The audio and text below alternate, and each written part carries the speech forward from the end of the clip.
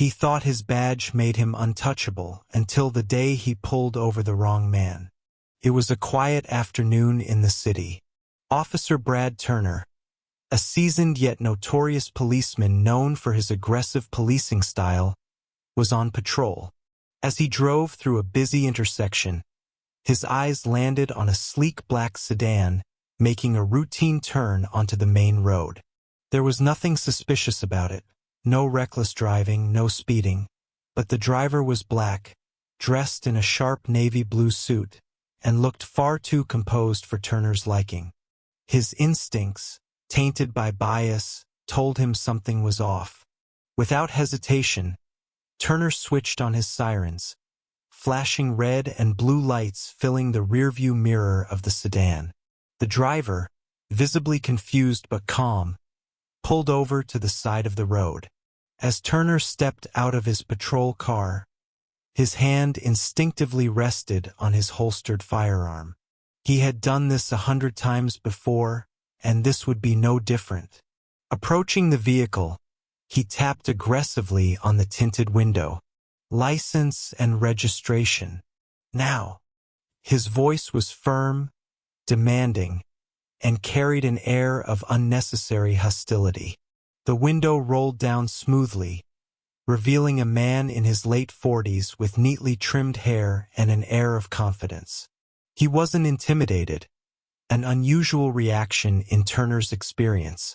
The man reached into the glove compartment, pulled out his documents, and handed them over. "Is there a problem, officer?" the man asked, his voice even and calm. Turner narrowed his eyes, scanning the documents briefly before shoving them back into the driver's hands. He wasn't interested in what they said. He had already made up his mind. "Step out of the vehicle," Turner ordered. The man didn't move. His expression remained unchanged, unreadable. On what grounds? Turner's patience was wearing thin. "I said step out of the car?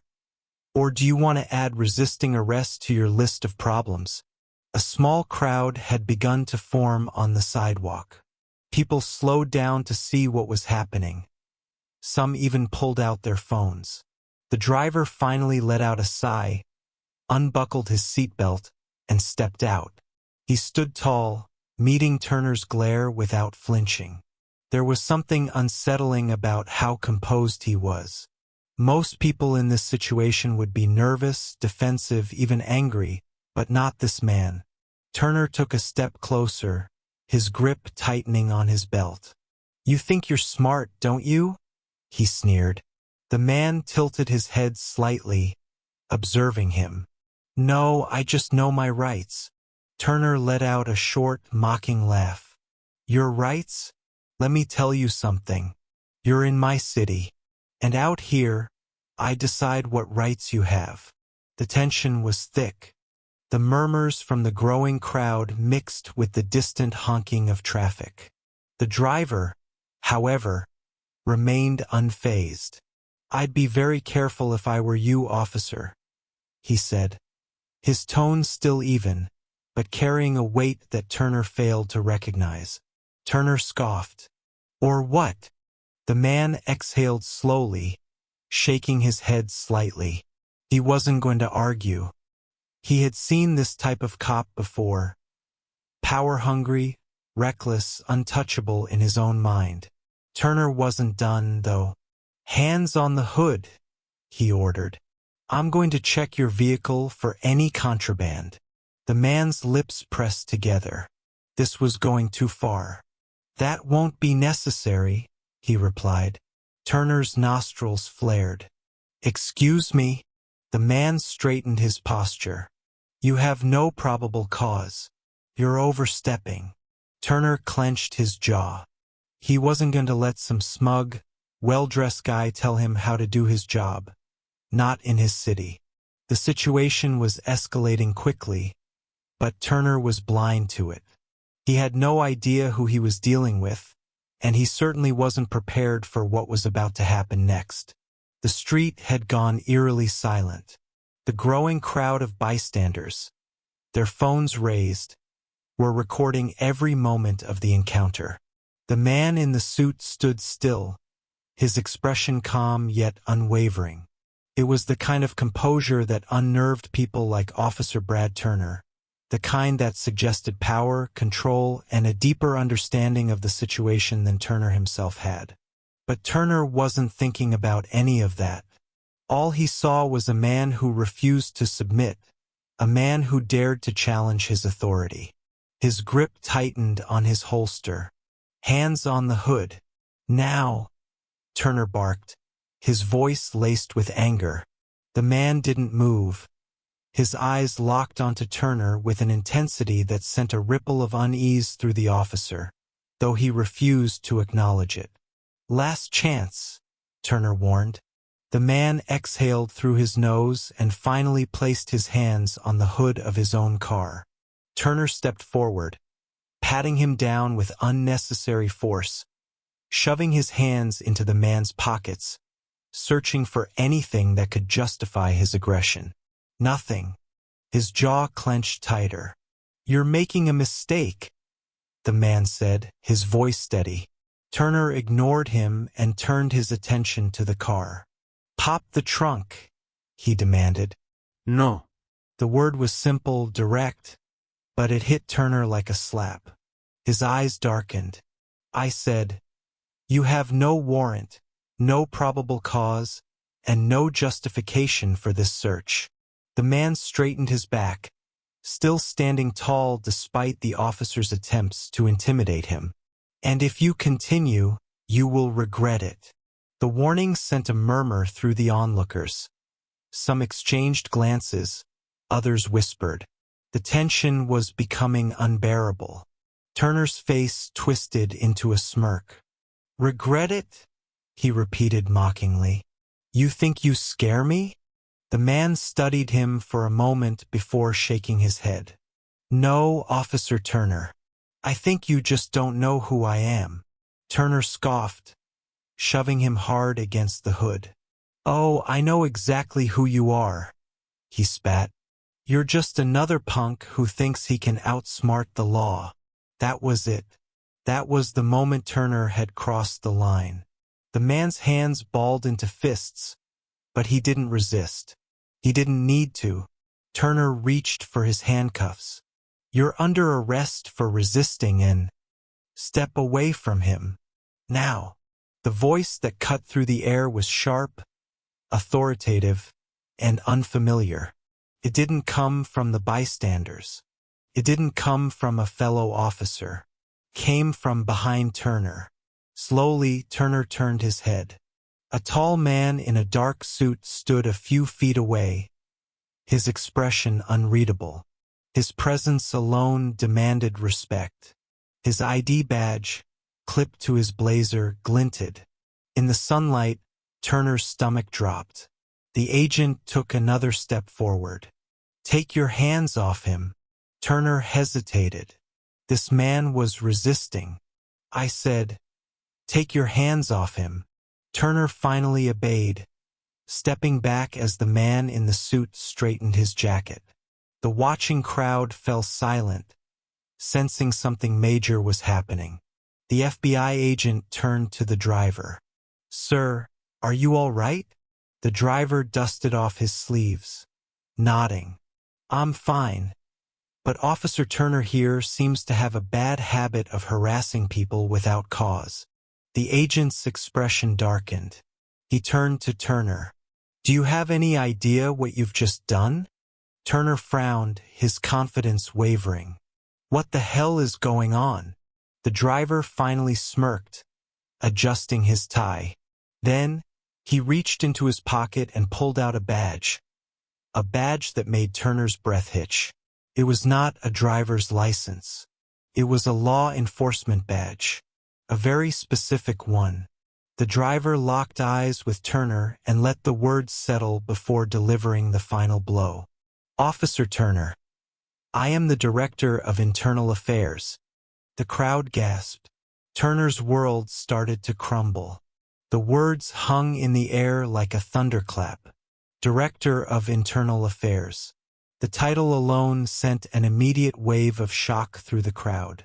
People whispered among themselves, glancing from the man in the expensive suit to Officer Turner, who stood frozen in place.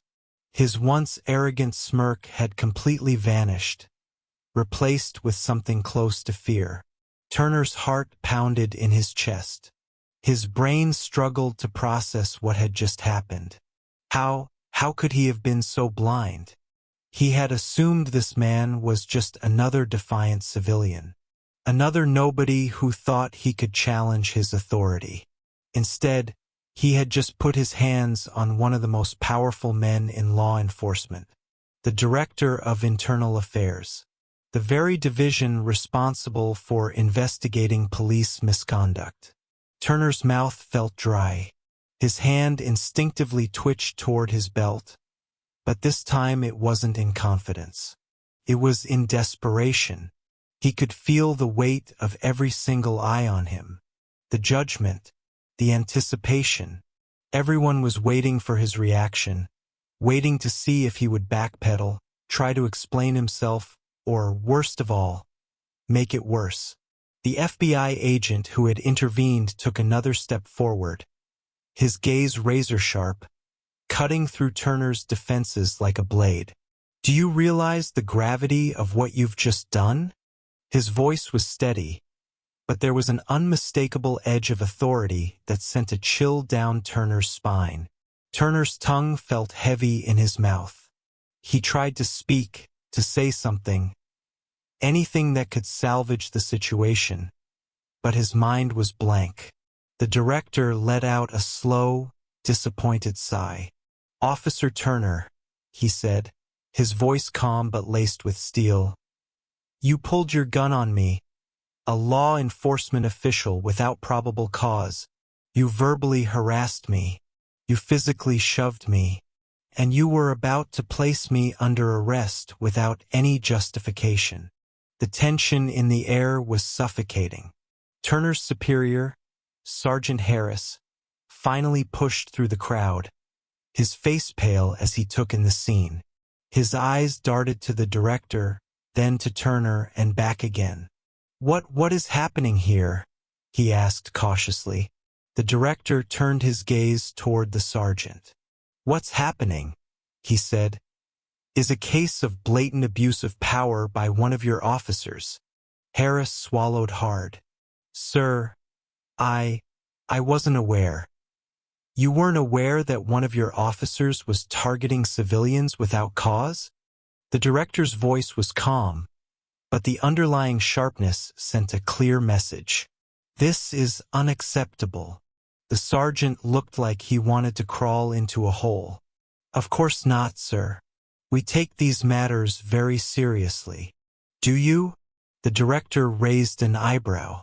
"Because from what I saw, Officer Turner was completely confident in his actions, almost as if he's done this before." The bystanders murmured in agreement. Some nodded, their expressions dark with understanding. Sergeant Harris turned to Turner, his voice low but firm. "Officer Turner, what the hell have you done?" Turner's throat tightened. Save it." The director cut him off, his patience gone. "Your actions have been recorded by multiple witnesses, and I can assure you that this will not be ignored." The weight of those words crashed down on Turner. His breathing quickened. This wasn't just some routine traffic stop gone wrong. This wasn't something that could be swept under the rug with a weak apology or a slap on the wrist. This was career-ending. The director took a step closer, lowering his voice so only Turner could hear. "Do you know how many complaints I've received about officers like you? How many cases I've reviewed where men like you abuse their badges, thinking no one will hold them accountable?" Turner's lips parted, but he said nothing. The director continued, his words slow and deliberate. "Well, guess what? You picked the wrong man today." The street was silent. The weight of the moment settled over the entire crowd. Then, finally, the director turned to Sergeant Harris. I want him relieved of duty immediately. Turner's stomach dropped. Wait, Officer Turner. Hand over your badge and gun, Harris said, his voice devoid of any sympathy. Turner's hands shook. This wasn't happening. This couldn't be happening. This is a misunderstanding, he blurted out. I didn't know who he was. The director let out a humorless chuckle. And that's supposed to make it better? His eyes locked onto Turner. So what you're saying is, if I weren't in a suit, if I weren't who I am, you'd have no problem abusing your power against me? Turner's lips parted, but no words came out, because he knew the answer, and so did everyone else. Sergeant Harris's voice cut through the thick silence. Badge, gun, now. With trembling hands, Turner unhooked his badge from his uniform. He hesitated for a fraction of a second before unclipping his holster, his grip tightening on the firearm as if refusing to let go of the last piece of his authority. Turner, Harris warned. Turner finally placed both items in his superior's hands. The moment his fingers left the gun, it felt like his world collapsed. Officer Turner stood frozen, his entire body stiff with disbelief. The weight of his own actions was sinking in like quicksand, pulling him deeper into a situation he could no longer control. Just moments ago, he had been the one in power, hand on his holster, voice laced with arrogance, fully convinced that he had the upper hand. Now he stood before his sergeant, his badge and gun stripped from him, and the eyes of the entire crowd burning into his back like a scorching sun. The Director of Internal Affairs had been quiet for the past few seconds, watching Turner's reaction with a mixture of disappointment and disgust. There was no room for negotiation, no way out of this. Turner had exposed himself completely, and now, for the first time in his career, he was powerless. Sergeant Harris let out a slow breath, shaking his head in disappointment. Officer Turner, you are officially placed on immediate suspension pending a full investigation. I suggest you cooperate, because you are in deep trouble. Turner's lips parted, his breath shaky as he tried to force out some kind of excuse. This isn't fair, he muttered. I didn't know who he was. If I had known, I wouldn't have. The director cut him off, his expression unyielding. You still don't get it, do you? His voice was cold, clipped, filled with restrained fury. You shouldn't need to know someone's title to treat them with respect. The fact that you only regret your actions because of who I am tells me everything I need to know about you. The murmurs from the crowd grew louder, their whispers like a swarm of buzzing insects. Turner felt his skin prickle with discomfort. Some people had their phones out, recording the entire scene. He wanted to lash out, to say something, anything, to regain control, but deep down, he knew there was nothing left to say. The director took a step closer, lowering his voice but making sure his words struck like a hammer. I have seen men like you before, Officer Turner. You walk around with a badge, believing it gives you the right to intimidate, to harass, to abuse your power. And you always think that you'll get away with it, until the day comes when you don't. Turner swallowed, his hands clenching at his sides. I'm that day, the director said, his eyes locked onto Turner's. You just made the worst mistake of your life. At that moment, a sleek black government SUV pulled up to the scene, the tinted windows rolling down to reveal another agent. He stepped out, his suit crisp, his demeanor professional, and immediately locked eyes with the director. Sir, we're ready for transport. Turner's heart pounded. Transport? Sergeant Harris turned to the director, his brow furrowing. What do you mean transport? Where is he going? The director crossed his arms. Officer Turner isn't just facing a suspension. After reviewing the footage from the past few minutes, and considering the numerous complaints against him that have been conveniently ignored, I've decided to escalate this to federal jurisdiction. A stunned silence fell over the crowd. Turner's face drained of color. What? The director's voice was steady, unshaken. You're under investigation for civil rights violations, excessive use of force, and misconduct while on duty. This isn't just an internal review anymore. You will be facing real consequences. Turner took a step back, panic flashing across his face. No. No, this isn't right. You can't do this. I was just doing my job. The FBI agent standing by the SUV stepped forward, his expression unreadable. Turner, you need to come with us. Sergeant Harris pinched the bridge of his nose, exhaling heavily. He looked like he had aged 10 years in the past few minutes. Turner, I suggest you don't make this any worse for yourself. Turner's breathing was ragged. He felt trapped. This wasn't how things were supposed to go. This wasn't supposed to happen to him. He had always believed he was untouchable.